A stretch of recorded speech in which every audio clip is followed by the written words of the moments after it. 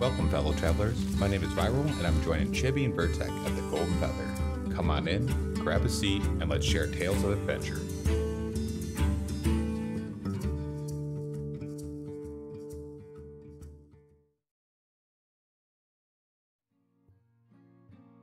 Hello, hello, hello, and welcome to the Golden Feather Tavern. We're your hosts. Vertec and Chibi discuss Ashes of Creation and important topics spoken about within the Ashes community.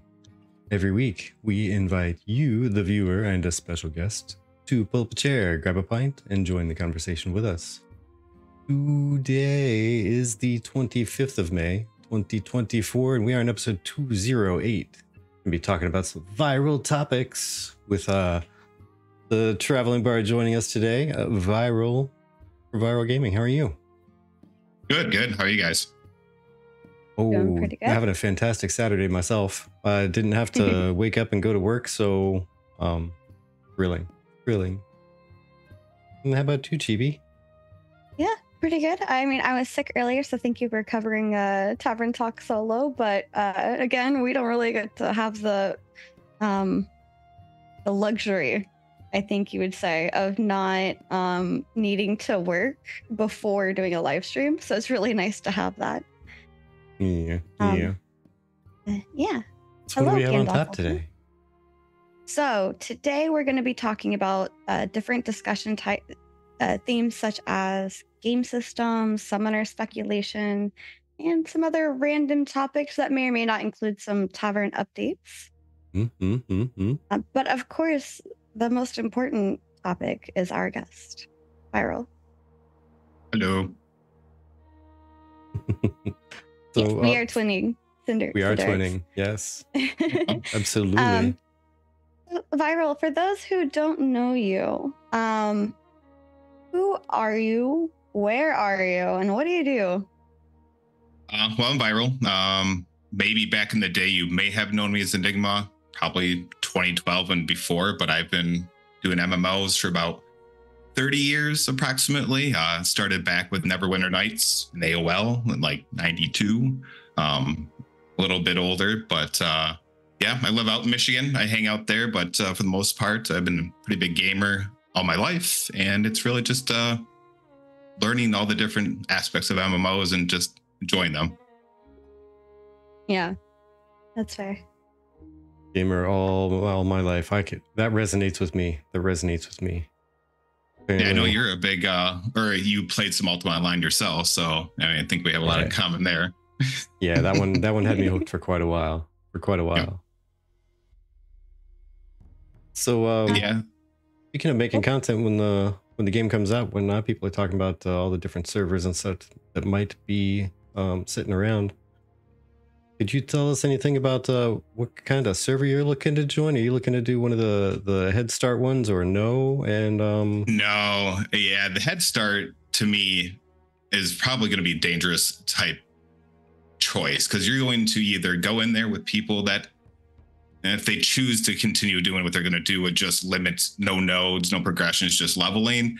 I still don't feel like a lot of people are going to come in later and decide, hey, let's join a server that's already established. I just feel like that is actually more of a recipe for disaster than success, really, with those type of servers. But really, I'm out for any choice. It's really going to be about maybe who, where, and how people are choosing to go with, the community that's really actually being established right now. Okay, so that leads kind of into the question I was going to ask about you and your content. With not starting on a Head Start server, there might be a little bit more congestion at the very beginning. Do you think that'll interfere with whatever kind of content you're trying to make when game goes full launch? Yeah, because really, and that's really one of the biggest debates is, are you on a 12-hour queue server and you're going to try to go with big dogs and with all the big guilds, or are you going to try to fit into somewhere you can play at your own time frame? And I would prefer to be able to play when I'm ready to play, and which is already going to be problematic for the most part with any server at launch. But really, I'm not looking to necessarily have to go in with a server that is just full blown 3 or 4 of the top guilds, 2,000-3,000 people in queue, you're looking at 5, 6, 10 hours. Yeah, so it's really going to be my avoidance initially. Yeah, and what kind of content are you looking to make? What's Oof. your key content? I mean, and a lot of people are going to be making multiple different things, but what's like the one thing that you're going to kind of hook into your brand? Most likely PvX related. It will be doing anything in the world, raiding, normal grinding, gathering, but with the interaction of other players. Like a lot of the social, organic interactions. I don't necessarily need to do strictly PvP, and I don't necessarily have to do strictly PvE. Okay. Now, what would you say is your the content you're looking to make most eagerly in that PvX area? It's a good question. It's really probably just the success of somebody surviving in that world, because it really comes back to really when I used to play just any of the open sandboxes, Albion, UO, Star Wars Galaxies. When you're out in that world, you have that interaction, being successful, coming back with it, and what was that return of investment, that time that was spent doing it, and really just providing that outcome. It's really hard without having my hands on the game yet to see how I can produce that, but that's really what it's looking forward to. Gotcha.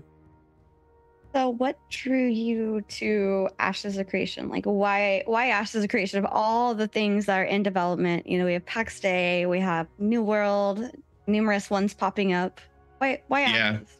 Well, 2017, I saw Ashes on Kickstarter. I go, no, not going to do it. Not going to do it. I don't believe in Kickstarter. They have yet to succeed in anything but board games. And really, I just couldn't do it. About 2019, started looking back into it, started following a little bit more. Like, okay, it looks like there's about something come out. APOC came out. I'm like, here we go. This is a scam. What are we going on here? 2020 came out. A1 started producing some videos, started talking to some people that were in it. I'm like, oh, there is something. Wasn't super impressed with the visuals, but I don't always care about visuals. I was really love the open world. I love the PvX. I love PvP. I love really just MMOs in general. The social, the interactions, anything that when you come to an MMO, what you expect. Not a lobby, WoW, modern WoW. So those things really started to shine with what they talked about and what they started showing. So that's really what had me hyped up in around 2020, 2019. So actually, this is a great question since you brought up MMORPGs. What made you get into MMORPGs versus any other type of game? Well, I was 6 years old. I have a 12-year older brother, and so I was 6. He was 18. He had D&D. His monster manual used to just hang out on the table all the time. He used to just flip through it and just be like, "Oh my gosh, these monsters cool." And my child brain just used to go, "Okay, I'm going to go outside and pretend I'm killing a monster." And then initially would go kind of into some of the other games and became older, about 11 or 12, like Ultima 7, like I said, to some of the advanced Dungeons & Dragons gold box editions. And then I just started to see Meridian 95 or 59 come out, got into that. And then just Ultima Online just kept me in this fantasy world. And then just that interaction, I couldn't let it go. And I played shooters and everything since then, but really just MMOs and the dynamicness of the game is just where I'd love to be. Yeah, I would say D&D got me into MMOs as well, because I had been a DM for Pathfinder and D&D previously, and then I got to try something like World of Warcraft, and I was like, oh my gosh, this is so cool! I get to actually like be the character in a world, and I don't have to like sit there and spend 5 hours going through one campaign, like not even a full dungeon, a part of a dungeon for 5 hours. Yep. And then I got into raiding. So my next question is, what is your favorite part of playing an MMO? There's really, it's all aspects, because as you're saying, raiding, PvP, exploring, they all have a place for me in a time. If I talk probably the longest time I spent in a game was probably WoW for about 4 years. It started off as an adventure with a buddy. Then we got into PvP, had the official PvP. Then we ended up doing a Grand Marshal grind, the initial Grand Marshal grind. And they're like, well, let's do the next part, which was raiding. We went from a small guild of nobody to full blown second best in the server, full rating for pretty much up to Wrath of Lich King. But those points were just all important as we did the whole exploration through WoW. But through every other game, we're mostly sandbox. Those progression isn't the same. It's everything all the time. But with that type of theme park, that was all great. But everything else, every piece has its place, and it's all fun at the same time. Yeah. Yeah, the MMO life in something like a sand park it's a totally different feeling. Totally different feeling. It Yep. feels more alive, rather than just, if you're not at the points of action, then nothing's going on. Like a theme park is. If you're not at the newest city or you're not at the newest raid, then it feels kind of vacant. Yeah.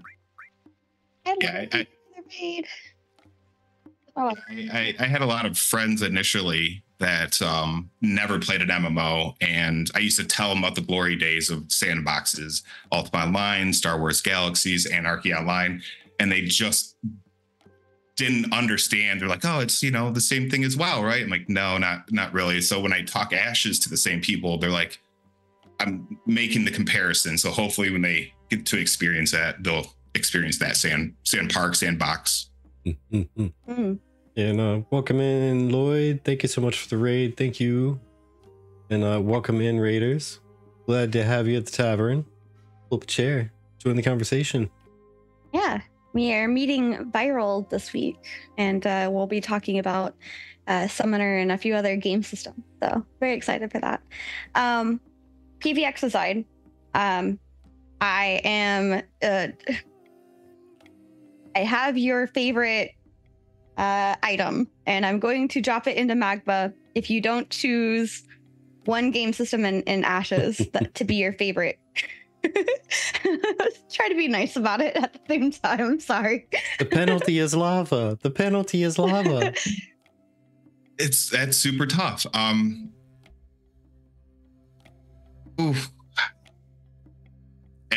really like everything pretty equally because I just want to experience it all.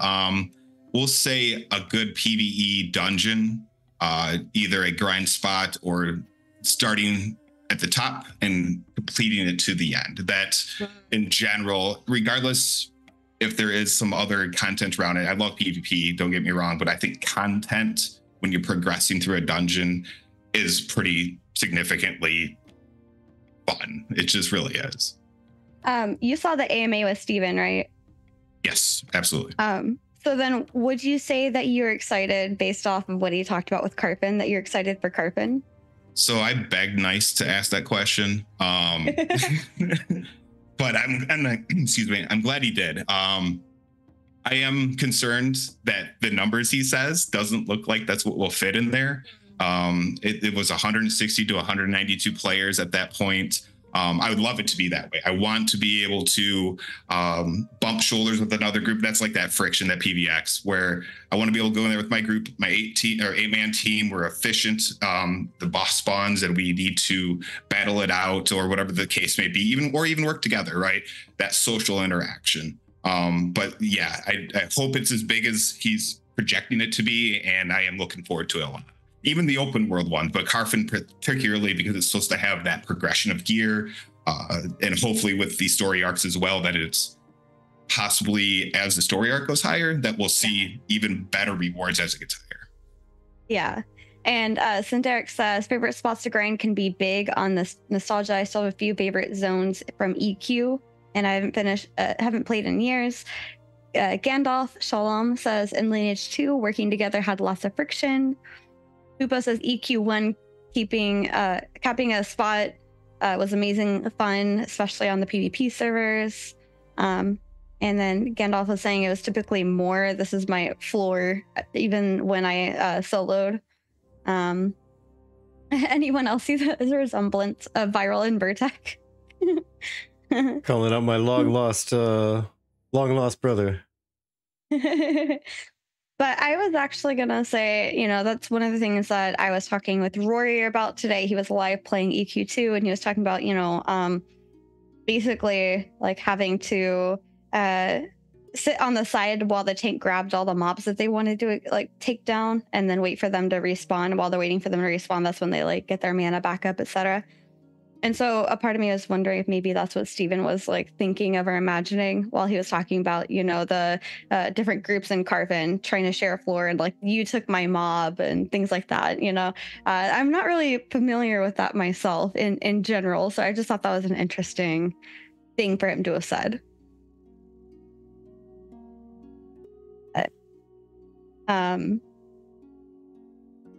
Yes, and Dark says, I never played on a PvP server, but getting trained to clear you out of a camp was interesting times.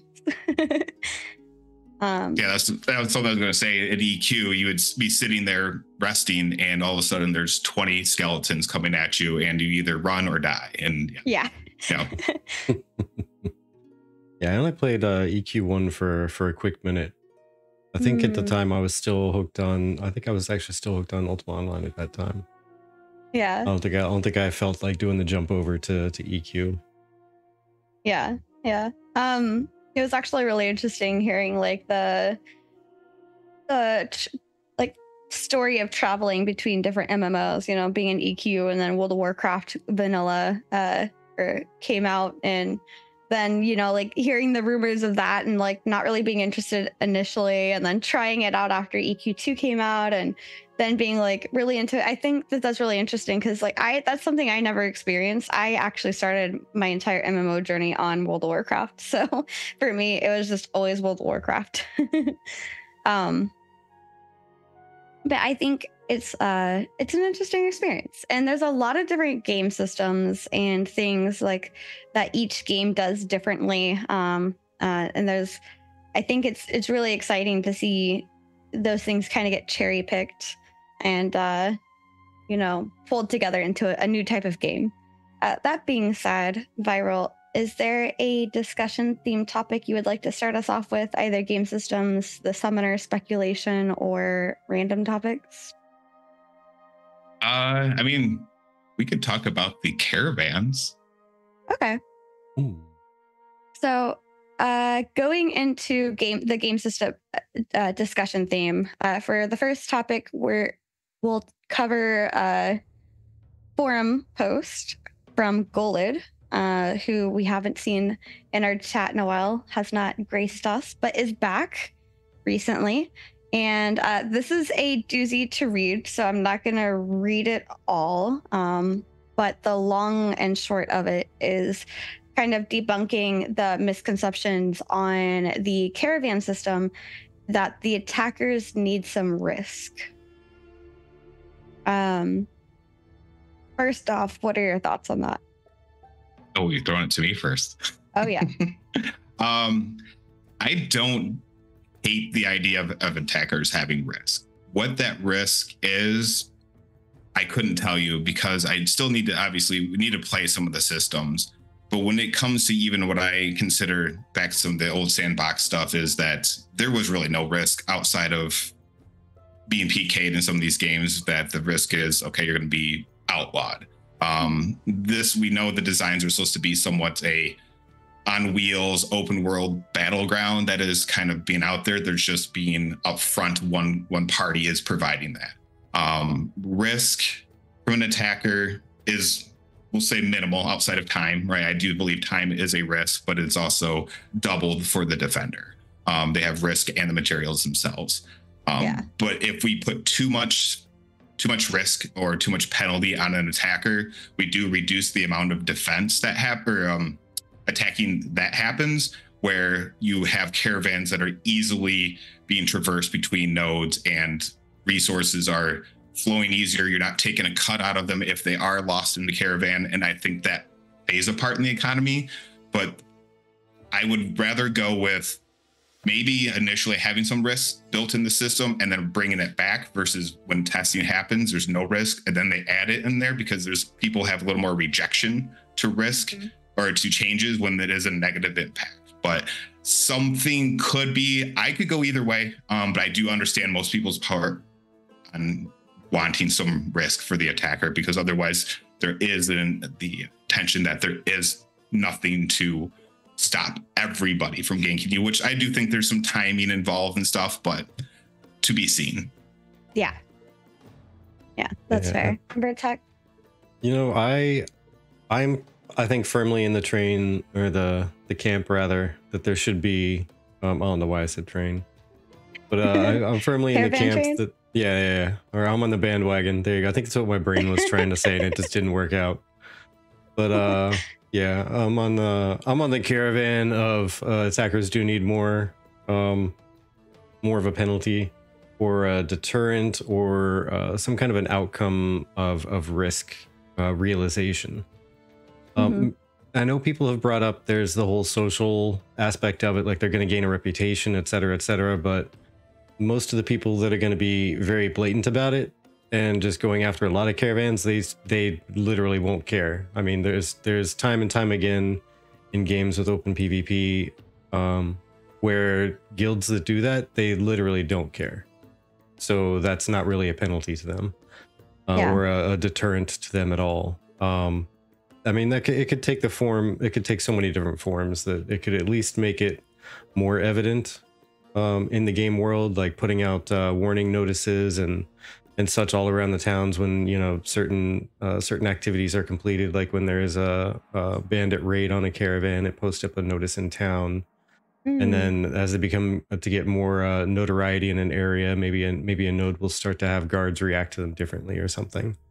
Because there's also the point of view, the same people that are bringing up that the social penalties are going to be a deterrent are also the ones that say that what do you mean you got to be safe with PvE activities? It's a PvX game, deal with it. So will most of the population really even care that somebody is rampantly destroying caravans? Because, you know, it's a PvX environment, you just have to deal with it. So that's also a question to think about. Yeah, and that's a great question. Also, by the way, there's an ad rolling, mainly to remove pre-roll for the rest of the podcast episode, ideally. But honestly, some of the conversation pieces were, you know, things like the bounty hunter system, right? Because the bandits that raid caravans also become targets of bounty hunters, and it's kind of like that social justice, you know, like people keeping other people in check, you know, the whole conversation. I believe Dylan was really funny and made a conversation about how Vertec was getting information on me having a caravan, mainly because in that stream, Vertec and I were on opposite teams in the video, and Vertec would like take out my caravan after like offering to help me, and the idea is that he wouldn't want to do that because of the social system, because then he's becoming well known to like essentially two-time a caravan is to protect it when he said he would protect it or something like that. And it's kind of like you get a name for yourself, and you become known for something. So whenever people see you, they're like, oh, don't trust him, you know, kind of thing. And I think that's a very important thing. I think the bounty hunter system being tied in is fine, but I also I like the accountability that comes with it, right? Like the accountability of I can't just screw over whoever I want to screw over just because I want loot out of somebody's caravan, you know? But I do like the idea of like some sort of an alert too, especially for the guilds, if it's a guild related caravan. Like the guilds that are, I always forget the name of this guild, but like the one that's like a part of the node, a citizenship guild, patron guild. Ha, got it. If there's a patron guild that's doing a caravan, I think that'd be cool, because then there's more tied into it, right? Like this is the patron guild and they are getting raided. Yeah, and Aberrat, you know what, that ties in perfectly with this topic there. That's something even I had thought of during one of the One I was of getting the there streams, eventually. what was it, PvP, some PvP zones or something like that Yokai had. I forget what he named the series, but when we were talking about caravans and risks and all that, that was also something I'd mentioned, was being able to add notes to players' profiles when you see him around and say, yep, this is a person that just decided to be an absolute dirtbag. That way, if you see him again trying to apply to be a raid, you can be like, yeah, no, I have a note right here on this date. You screwed us over, so no. And cheers, Thank you, Phantom. Thank you so much for the sub. It's very much appreciated. Cheers to you.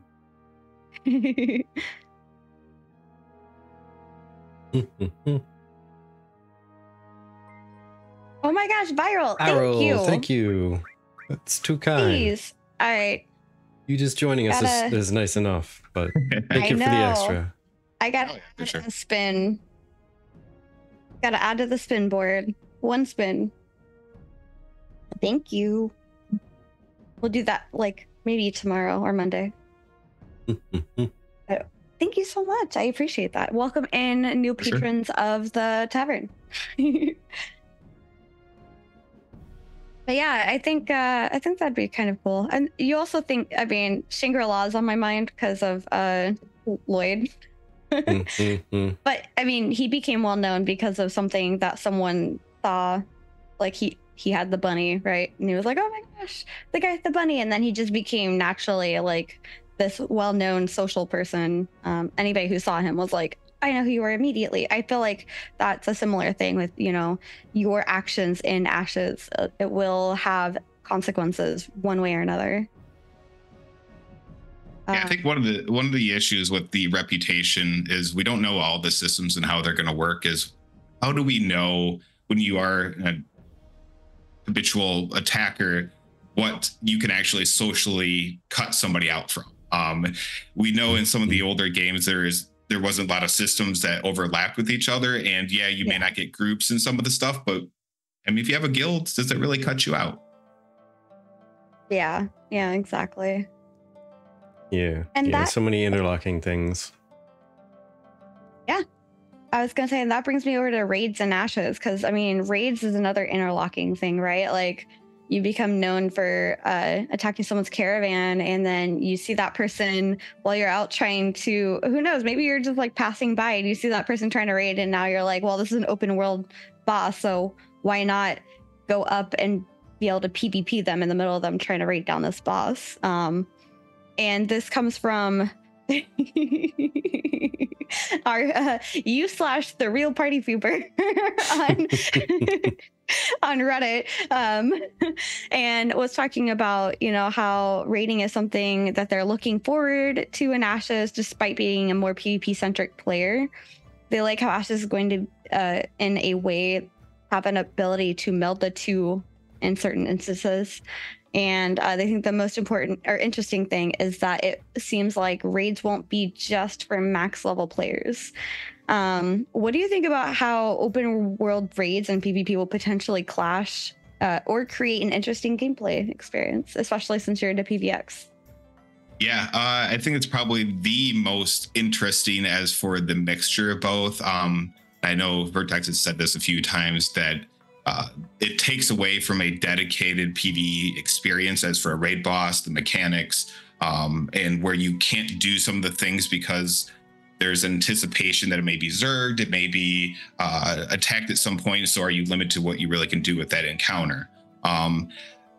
Where I do find that incredibly important for certain content, but I also find with the PvX content that it creates, and not everybody likes this, it creates a looking over the shoulder moment where the timing and the preparation is maybe as important as it would be if it was a organized instance-based encounter as well. When you're into the dungeon, you need to make sure that you are fully geared up, health pots, food, whatever the content needs you to be. But you may go into a regular dungeon, instance dungeon, where you just can kind of be there and do the content. But this, I think, with that anticipation of something bad could happen, doesn't always happen, but that coming to that content and being afraid, sometimes exciting. Yeah, it's I think raiding is going to be interesting. Going to be interesting, and I'm open to see how it plays out. But ultimately, I think that it's going to be raids of people who are good at PvP that are going to succeed at the PvE conquest. And to me, that just, it feels kind of like awkward, because even in games that were full, like the older stuff like Ultima Online, even like that was just, it was a PvP game that had some PvE stuff you could do, and that to me is how a lot of these games feel, where it's, you know, open PvP in the PvE zones, and ironically, PvP objectives are cordoned off so that only those participating are actually involved. So they can't be interfered with, but the PvE objectives can be interfered with, and it always just kind of feels lopsided. Yeah. So that those that enjoy a certain kind of content just aren't able to, because it's a PvX environment, and yet a PvP environment can't be a full PvP environment, because they're gonna section it off and say, here's your area to do only the thing that you want to do. Yeah. And I responded to Eiffel both, but before I do that, Gandalf, first off, thank you for the level 2 train, the hype train. Appreciate that. Or the almost level 2. Yeah, complete at level 2. So thank you for that. We also met our goal for our sub goal. So, oh my gosh, thank you. And then Gandalf says, get those taverns built near dungeons. We need food and buffs. Heck yeah. And I hide my PvE activities if I can. Yeah. And then Eiffel says, open PvP carries the risk of a few ruining the fun of the many. Here I am. I'm curious to see how Steven wants to solve this. I've already experienced a punishment system for player killers in some games. It didn't work in any of them. And I ended up responding saying, you know, as someone who used to do kind of more like hardcore PvE content, I'm also curious, you know, because I'm used to that being more segregated. And I don't mean to go back to Roar again, but I just happened to be listening into him earlier while I was working on some stuff for tonight. And he was talking about, like, that's actually why his interest in Ashes is not to be as PvE focused. Because with things like World of Warcraft, you know, you have that instance dungeon where you can go extremely hardcore with the PvE and the raiding and things like that. And in Ashes, we see Tumok has like 3 skills, which granted, Steven has mentioned as you fight Tumok, etc., like the AI is supposed to kick in and adjust like the difficulty. But how hard, like this is something that we find ourselves asking time and time again, how hard truly can it get in Ashes of Creation with it being open world PvP and raiding? So like, I think that's something that a lot of us are waiting to see how A2 feels while we're testing it, and really, because I can look at somebody playing, you know, fighting against Tumok on a dev stream and be like, oh, that doesn't look nearly hard enough, or oh, that looks so easy, but the people PvPing us are just, you know, destroying us. But it's one of those things, like, I feel like we don't really know until we get in there. Yeah. Yeah, and so a further question on this, by the way, is, do you feel, and this is something that I literally just got done replying to somebody on our YouTube that made a comment, and this came up, not exactly this, but the same kind of idea. So how much of a kingmaker system do you really think that this type of setup is, to have full tilt raids in the open world? Because in order to down a raid, you have to compete with other people, other guilds, other random groups, other guilds with multiple raid compositions within that area. Like they could have one that's there just to be a PvP door gatekeeper, and then another group that's intended to be the go in there and actually take on the boss repeatedly for as long as they need until they can take it out. But if you're not in a guild that's going to be able to have, you know, 120 people, so you have two raids to guard the door and 1 raid to complete it, and just cycle through the 3 of those, you know, you kind of have to be overpowered or out leveled or out gearing the content to be able to guarantee you'll be able to get it. And even that guarantee is not exactly a guarantee, just because of timing, spawn timers, accessibility. Because if you're the one raid group encountering 2 that are blocking a door, you just can't get there. But to get to a reasonable amount of success or possibility of success, you have to basically outgear that content. Now, once you start beating them, you're going to snowball, because you'll be able to get better gear. You get the better components to make better gear, come back again and get that one, or to go and do the others, because you'll outgear and outperform others. Like, do you, Vyril, would you see that as being an issue, or is that kind of a worrywart, not really going to be an issue, do you think? So in my perfect world of Ashes is that the world is big enough. I can't say it will be. The intent for the amount of people they have, the expectation on the side of the world is that it's big enough that multiple people should be trying to do multiple content to hopefully spread that around.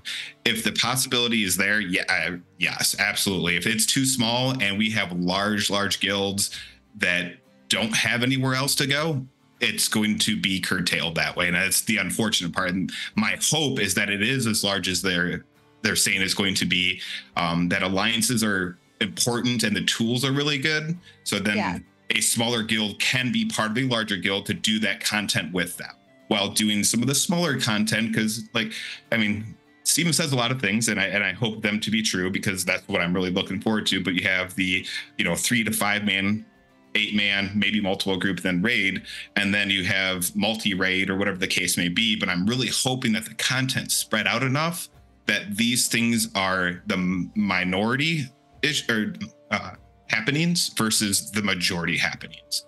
And that's my hope. But if it's not big enough, I do feel what you're saying is a potential for sure. Yeah. And I am actually responding currently to Eiffel, saying this, like, Eiffel says, this forces you to organize yourself in a large number as possible.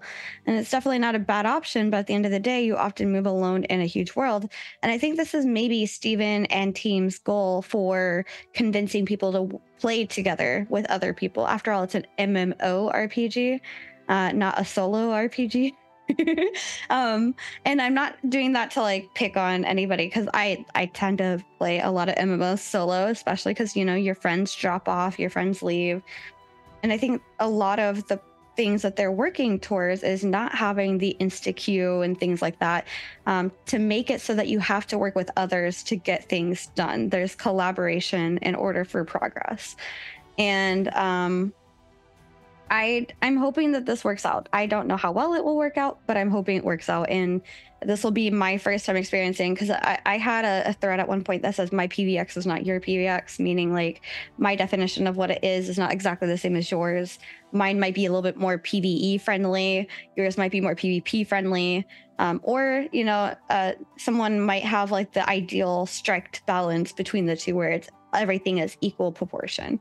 And, regardless of what that is, someone was mentioning, I sounded like somebody who played MMOs solo, and I often had to because people left, but I always tried joining guilds and groups and things like that. And then eventually those people just, meandered away, and it was just Vertec and I looking for hopefully somebody else to play with.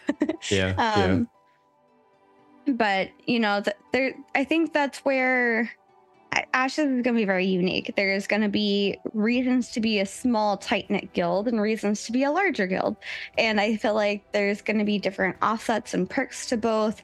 And I don't know. It's one of those things that I can't really express my thoughts on it based on my past, because I've never experienced anything like that. And I'm anticipating it. But yeah, Aberrat says large guilds will have programs to assist and organize casuals. Their node's success is dependent on it.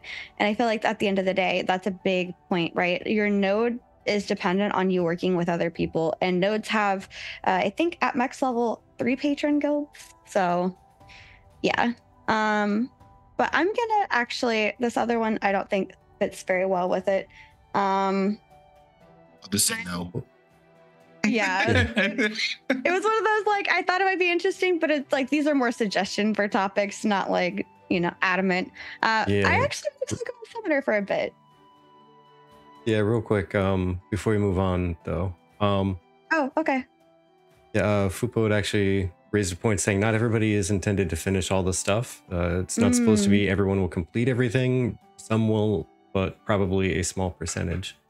And that's a fair point based on the game design intent. And that's kind of why I'm worried about being able to even experience, maybe not complete, but even experience some of it. Because if you add the little kingmaker system where if it's that difficult to access and reach and do it, and you don't get those materials, then you're not even going to be able to have a chance to complete some other stuff, because other guilds are going to be able to dominate it strictly because they have the materials to make the better armor, to make the better gear, to make the better weapons. And if they don't freely share those items, then nobody else will have that gear. So they can continue to dominate until they feel that they need to make more money by selling those items out, because they've already outfitted their entire guild with all of that gear. Yeah. Until then, they're furthering their dominance by not sharing those items. And then they can choose and pick whenever they just don't want to clear content and let somebody else get into it. So that's part of the fear that I have there, is that once one strong guild gets in there, they might not let go, just because that's where all the things are coming from to make the higher end gear. Yeah. If it's okay with you, I'll go ahead and move us on though. Yeah. Just to keep us on time. The next thing that I wanted to chat about real quick is the summoner. We know that it's pushed out. It's not going to be at the beginning of Alpha 2, but it will be one of the first patches for Alpha 2. And someone from the Reddit such committee is suggesting Hydra for summoner. What do you think? What if summoner had a Hydra summon, imagined as a regeneration, and its hit points are broken up into sections that represent heads? As soon as I hear Hydra, I think of Diablo. It's the only Hydra game mechanic I've seen. You were able to cast a few on the ground. They shot fireballs. Summoner to me, for any type of spawn, it really doesn't matter. I hope they do varying and different. It really is about being unique that we haven't seen before as a summoner. But absolutely. I think that'd be cool. I think it'd be neat. I mean, honestly, anything that just has a cool kind of presence and just an interesting feeling to it as far as a summon, I think is golden. Like, put it in. Let's try it. Do it. The Hydra idea that such committee put forward is actually kind of neat, though. Yeah, I like it. It's a unique take, you know. And then the other thing on Summoner, because for those of us that might be new, Summoner is one of those kind of like pick your expertise class, if you will. It's like a very fluid class. You could be DPS, you could be more of a healy kind of class, etc. And on the forums, Will-O-Wisp is concerned about Summoner being strictly a summons based class, a pet class, and they think that a summoner should always be a 50-50 kind of deal, and that summoners would be really weak without its summon, and a summon should be really weak without its summoner. What are your thoughts on that? Summoner gameplay is, to me, I don't like having my power split, really, because I mean, if you're talking balance, they usually are going to split your power between yourself and the unit that you're summoning. So me personally, it is what that is. But my problem is that if we are going to have the gameplay of an 8-man team, and they do have like a tank, a DPS offset, that can make that, and they, let's say, bring 3 summoners, that brings potentially 3 extra and maybe make an 11-man team, which can be pretty cluttered, pretty advantageous to that group, either even PvE or PvP, where that kind of dilutes maybe some content, or the gameplay from the summoner is not as strong. where my thematic hope for the summoner would be more of a wispy type summoning where you're casting something, it's there as the actual ability or cast, and then it goes away.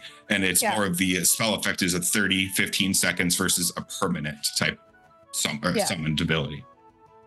Yeah, that's a good point. Sorry, I was laughing. Vertec was clearly laughing at Fupo, saying, wow, I have zero input about summoner stuff. I'm just a dumb, small black cat, Tink Tink. But I like what you have pulled up there on Eiffel. Go ahead, Vertec. Yeah, so Eiffel says, summoners for me have the greatest potential for surprise. You can't innovate as much with archers, sword wielders, etc. as you can with a summoner.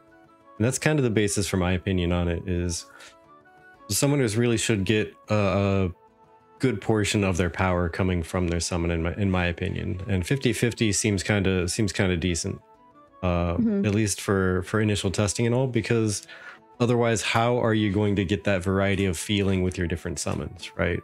If it's only 10% of your power, then you're only going to be able to shift 10% of your power into tanking for you. You think 10% of your power is good enough to keep you alive if you're out adventuring on your own, or if your tank falls and you need to hold up an ad while your cleric revives them? You're probably going to need a little bit more than that. So in order to swing from doing damage to being an actual kind of temporary tank substitute, I think a 50-50 is a decent split of power to be able to shift that over, you know? Yeah, and Aberrat was asking, you know, how does a summon exist without a summoner? And I mean, that's a good question, because ideally, you've seen previously, oh, if you take care of the summoner, the summons will go away. You know, you don't have to worry about all the ads, you know, just focus on the boss. But I think it would kind of be cool to see maybe like the summons lasting just a little longer after a summoner dies. This is just coming from the perspective of someone who mainly plays healer, never played a summoner in my life. So I could totally be like way OP and I had no idea. But that's one way I could see of it, like maybe lasting 5 seconds longer after a summoner dies and then disappearing, because that life got like cut. I don't know. Yeah, maybe as a skill tree option. Exactly. Actually, it would be kind of neat, like, just to add on that, like, especially out in, like, if you get PK'd out in the world, or if you just happen to die from a random mob, it could sit there and kind of, to a degree, protect your corpse while you're coming back. Yeah, and that's the other thing I was going to get at too. If it's a skill tree add-on, that gives me, the cleric, chance to revive you, and maybe by the time I revive you, you'll either have a chance to not have to resummon, if I can somehow revive you within that 5 seconds, or maybe there'll be a reduced cost to resummoning if you have to resummon. I don't know. I thought that might be kind of cool. But also, like Phantom says, it's more important to ask if a summoner should be less without summons, because right now it's kind of known as a pet class, right? So it kind of gives you that feeling that, like, without your pets, you're kind of defenseless. And, you know, that's a good question. Like, should I be defenseless without my pets, or should my pets make me more well-rounded? You know, I think that putting it all in percentage numbers, I think that 100% of power should only exist if there's a summoner and a summoned creature. And half of each would it'd be a 50-50 power split. But if you get rid of the summoned creature, then the summoner may absorb some of that power back to them, but they're only going to hit like a 90% or an 85% so what do you think about, of total power. What do you think about battle pets then? Because isn't that the concept too? Oh man, see, I think the battle pet thing, I think it's supposed to be like horizontal, where you're going to be the same power, you just get extra capability. But the summoners thing is supposed to make them stronger. So that's where I kind of get the idea of, like, 80 to 90% of power could be gained by just the summoner existing. But then once they summon their creature, they get up to their actual full 100% power. So I guess you could say once they are 100%, but when they summon a creature, it's 120%. But half of that is coming from the summon itself, and the other half is from them. Do you think summoners will be better at solo inherently? Or just being able to have a pet? Yeah. Oh yeah, absolutely. You'd be solo machines. Might even make my first character a summoner. Just saying, get myself racing up to max level, solo if need be. On that topic, I think I'll go ahead and swap us over. And Vertec, if you want to get the fan focuses together, I will chat with Vyril about the adoption of AI features with an NPC. And I'll pull that up in just a second. I just saw Mr. Valentine tagged me. Hi, Mr. Valentine, welcome in. I see that Summoner secondary class will have significant augments to the class as they want Summoner to be a jack of all trades. That being said, I feel that Tank, Cleric, and Summoner will be the classes that get the most drastic changes on their secondary class choices, while the DPS classes will have less impact in that choice. That's a great, I like that thought. That's a good like final thought on Summoner. I think that's a good like food for thought. Yeah. Now, Vyril.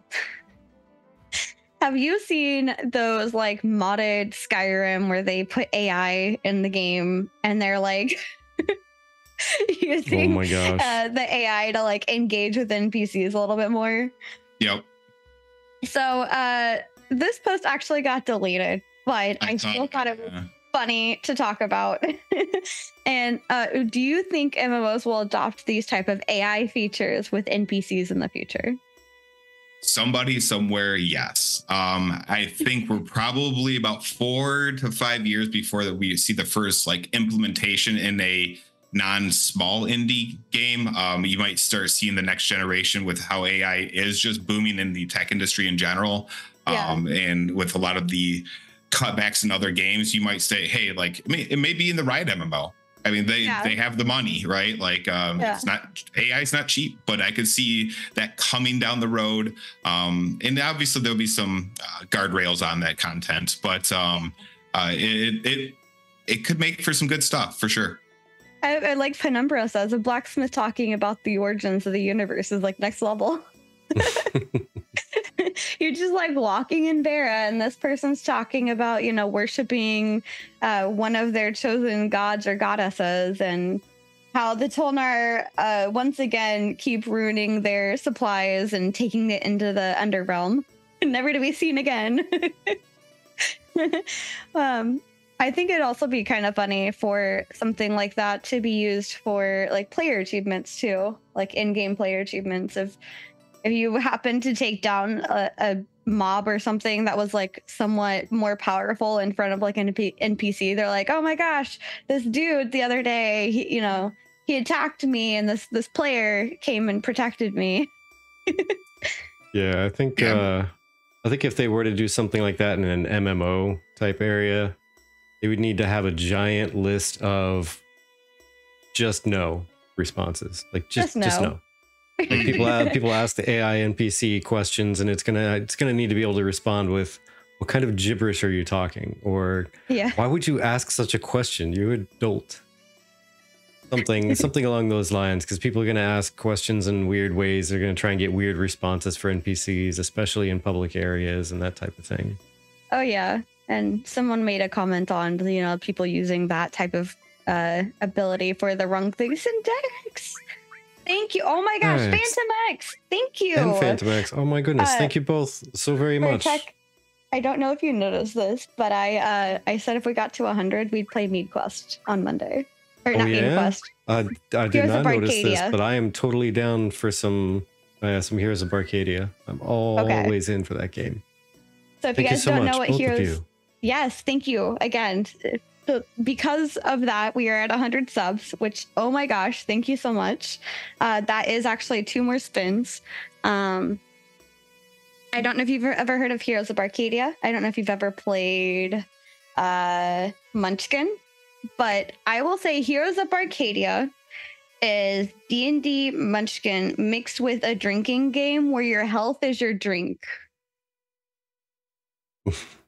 Perfect. It's perfect. It's fun. It's fun. We'll be looking for people to join us if anybody's free, because I figured why not? It's Memorial Day. A lot of people have that day off. We could do it a little earlier in the day, and like it takes up a good chunk of time because for whatever reason, the box says it's 30 to 90 minutes and we take 3 hours. Yeah, we gotta find some way to artificially speed it up when it starts to take so long.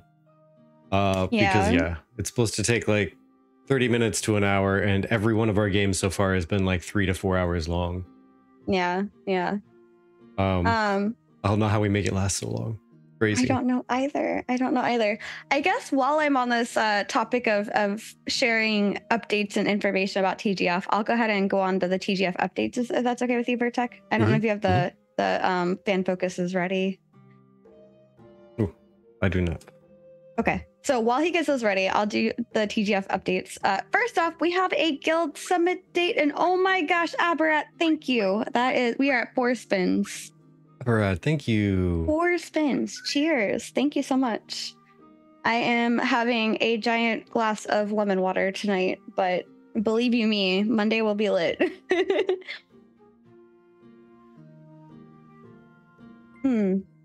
Big cheers. Thank you guys. That's so awesome. You guys are super sweet. Thank you. So we officially have a guild summit date, June 29th. And we have reached out to a variety of people who we've had on in the past year or so. And we wanted to bring them on first. And we have people on our wait list that we wanted to bring on second. And so for that, with the initial batch, the entry for that is closing tomorrow afternoon. I will be closing off the ability to respond to our forms. We will then be sending out forms to our waitlist people. So that way we have people in case somebody needs to drop out last minute for the guild summit. If you don't know what our guild summit is, and I'm saying our guild summit because this is very different than the guild summit that happened a long time ago, as people are reminding me. Apparently, the guild summit previously was just a bunch of people in a Discord call just going crazy. If you have not seen our content creator summit, this is going to be a lot like that. That is actually up. It is pinned to our YouTube channel if you're a subscriber on our YouTube channel. But it's essentially where we're going to have a grouping of guild leaders or guild reps come in and talk about guild topics and how Ashes of Creation can assist guilds. So we're really excited for that. And then another update is we have an upcoming community competition that we would like to run. And we're not quite ready to share all the details of that yet, but we will have more information for you on Tuesday for our tavern talk. So I just want to make sure that I start getting word out there ahead of time. Keep your eye out. We'll be putting together this really fun, the ideas for this competition to bring the community together and encourage collaboration. And yeah, I'm really excited to share more information about that because you guys have been a big portion of us being a podcast in the last 5 years. And we love working with other content creators and other community members like Vyril and Z and Fupo. I gotta get like a little black cat gif to sit on the corner of the bar over there. Just like a lo-fi cat, just chilling. Do it. All right. But yeah, those are the tavern updates. Taking you got a the moment. fan focus? No, because it is OBS is being an absolute jerk, and it decided it did not want to save them. Oh no! Okay, well, Z is asking what she missed. So we have our guild summit happening on June 29th. And then we have a community competition that we're going to be unveiling on Tuesday. So we're really excited for those. Okay, there we go. By the way, the next dev live stream is the 31st on Node Wars. And a couple of you have already said you're really excited for it. How are you feeling about that, Vyril? Are you excited? You looking forward to it? Yes. I think this is a big test for where they're at. Yeah. Not to the T, but it helps gauge some movement. Yeah. Sorry. It does. Fupo said all the things was crazy. Chibi attacked Vertec with a frying pan. Vyril stopped them, so it's okay. It was an intense moment. Yeah, Hey, Okay. it's crazy around here. We are a tavern after all. Expect antics. Yep. So this is from Fishblood. And the caption on this from Ashes is Violet Copernus is the person that made it, had a magnificent depiction of their Empyrean riding the majestic water mount commissioned by the artist Fishblood. What sort of creatures are you hoping to encounter on the Varan high seas? Kraken. Yeah, it's bananas. Kraken, definitely a Kraken. Kraken. Yeah. Kraken. And this next one is banana Vertex's skill. personal favorite too. Yeah, Sorry. one of them. I love the Vec arts. I love the Vec arts. And I was just meaning the artist because he made you the I was gonna say, and Tomoburb definitely has a lot of Vec art, and I love it. I love it. Yeah. All of it. Like her entire post on the forum, just listing all the different Vec arts she has is pretty fantastic. Yeah, I would agree. But yeah, There's so many talented artists out there. It's crazy. I'm so jealous of everybody. They're so like really good at like drawing and art, and like I'm over here being like, Pally, can you draw me something? Do it. Bring the doodles. Bring the doodles.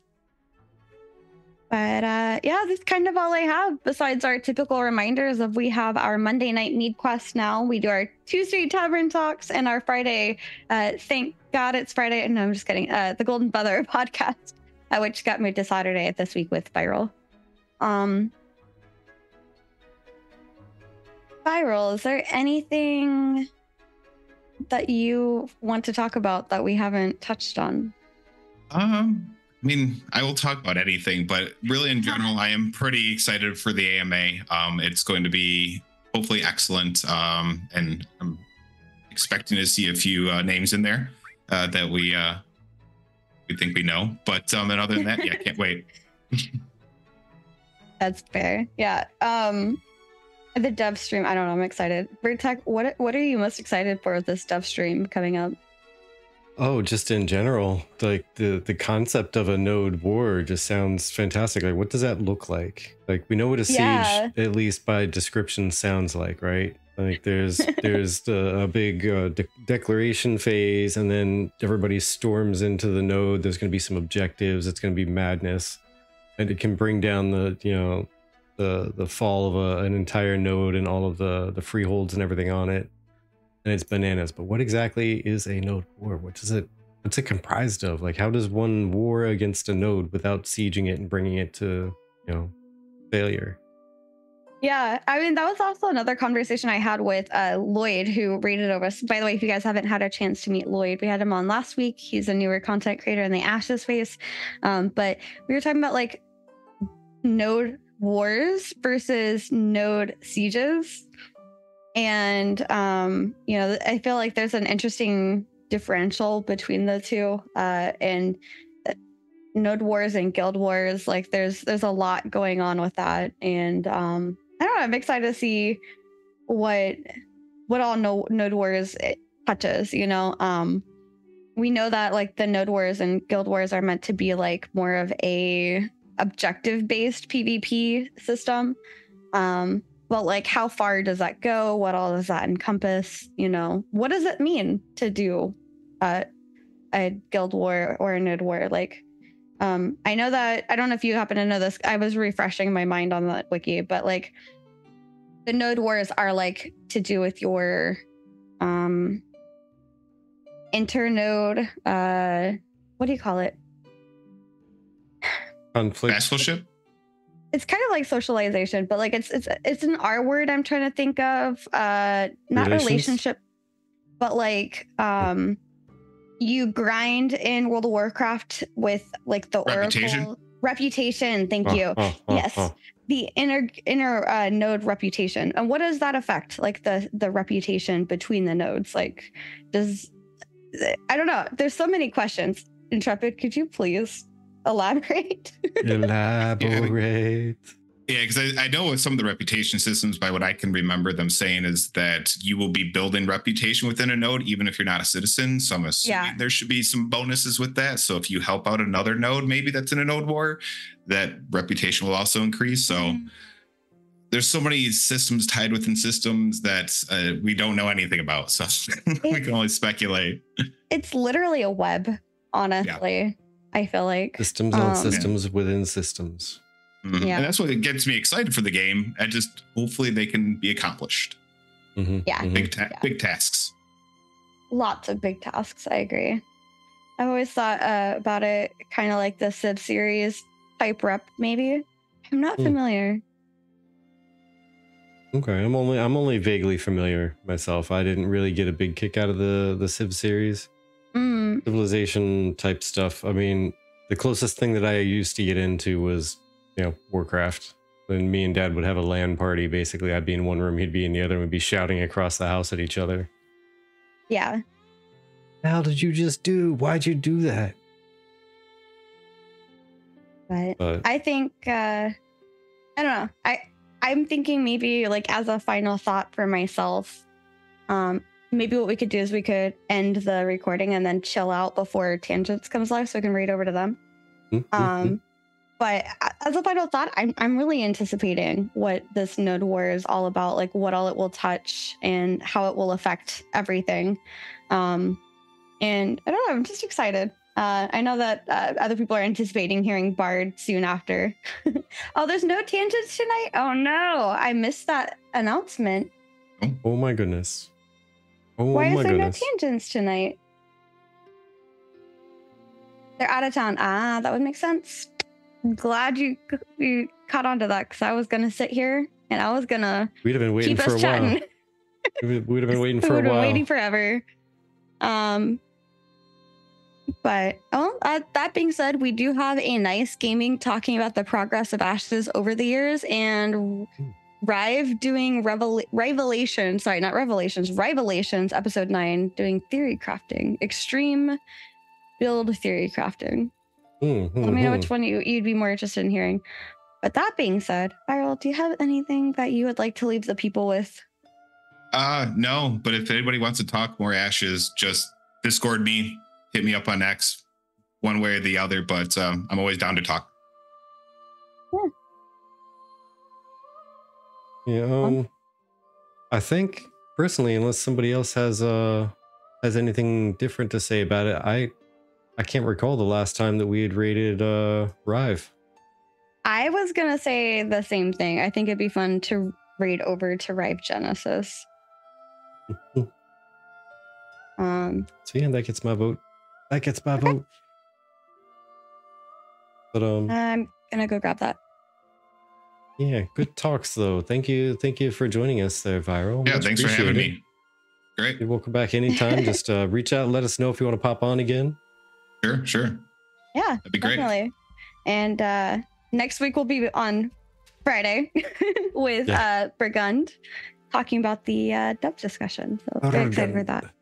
Yeah. As always, thank you guys so much for giving us your time and for helping us get to 106 subscribers. Holy cow. Congratulations. Thank you. We will be playing Mead Quest, so if you want to join us for some Mead Quest madness on Monday, man, I was going to see how long I could make that alliteration go. Reach out and we'll get you set up. So, Heroes of Barcadia with some badass Mead Madness questing. Mead Quest Madness. Quest. Yep. Words. And I'm trying to alliterate and it's not working. I'm only getting 2 in a row. But either way, thank you everybody for stopping by. Thank you for your kind words, your inquisitive words, your questions, your taunts, your everything that you've put in chat. They're all welcome and they're all happily received. You spent your time here. We can't refund that. So thank you. We appreciate every moment. And until we see you next time, take care and bye-bye.